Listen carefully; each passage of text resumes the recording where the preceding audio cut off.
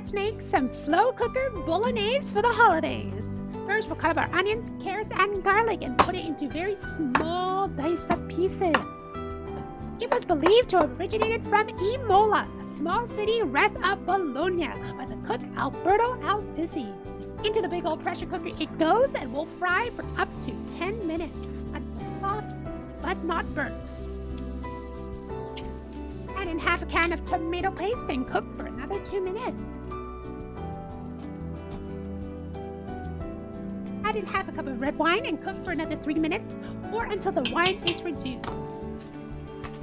Bolognese dates back all the way to the 18th century and is a meat-based sauce.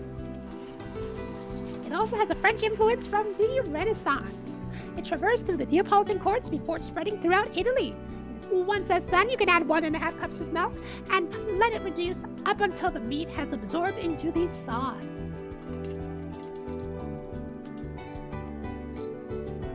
We'll add in our spices, which involves 1 tablespoon of thyme, basil, salt, pepper, red pepper flakes, and oregano into the pot.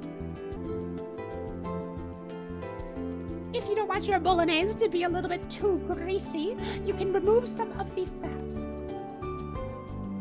Once mixed together, you can cook at high pressure for 30 minutes.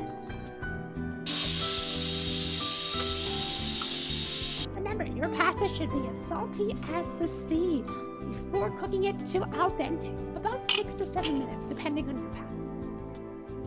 Serve with some Parmigiano Reggiano or some pecorino cheese, and voila! Delicious Ragu alla Bolognese.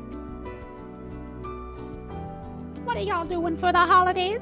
Old Zuzu here is going to be catching up on all the games that she hasn't got the chance to play over throughout the year.